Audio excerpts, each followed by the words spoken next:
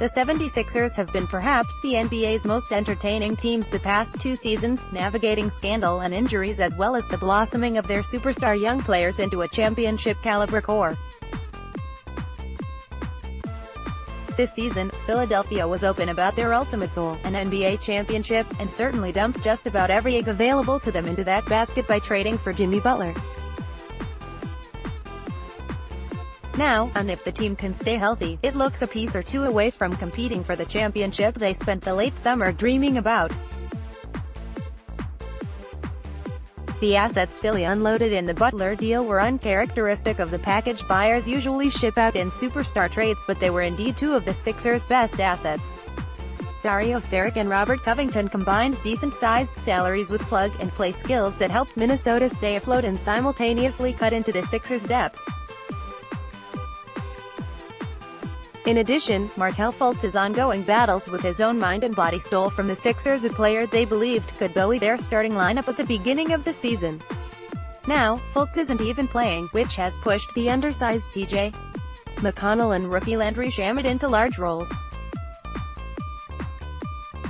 That's not a duo Philly will feel great about behind their starters in the playoffs. While they're on the phone with rival teams this month, Philly ought also to think about the center spot.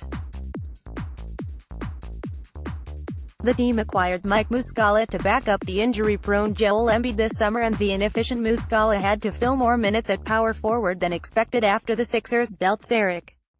As starter Wilson Chandler struggles through his own return from injury, Philly can add a reserve big man to its list of needs. First-round picks J.R. Smith and Justin Patton, both of whom have struggled with injury since they entered the league, are close to joining the Sixers. That not only helps the team's depth but gives them ever so slightly more value on the trade market, now just unproven rather than unproven and also injured. Smith especially brought top 10 hype into draft night last June and could hold weight in trade discussions should the Sixers make him available in a trade to acquire a good player on a multi-year deal. Fultz also remains a key piece for the Sixers as the deadline nears. His prolific potential and $8 million and rising salary make him a very movable piece.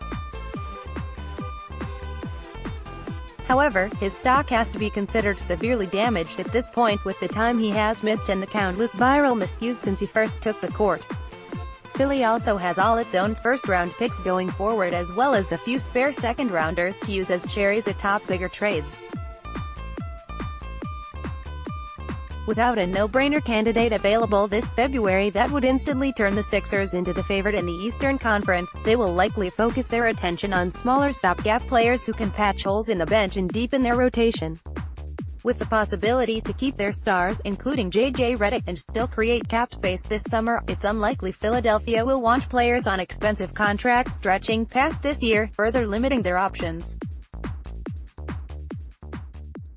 Next, 10 players who could use a change of scenery. 2 guards to watch, Shabazz Napier and Yogi Ferrell, both undersized guards squashed beneath the depth of their teams. And at center, someone like Dwayne Dedmon or Kyle O'Quinn feels imminently gettable, though the Sixers could also opt to ride Embiid big time in the playoffs and see what they have in Patton and Aussie rookie Jonah Bolden, who has played well lately. It may not be fireworks for the Sixers the first week of February, but if they play things right, they could enter the stretch run in an even better position to compete this season without sacrificing future flexibility.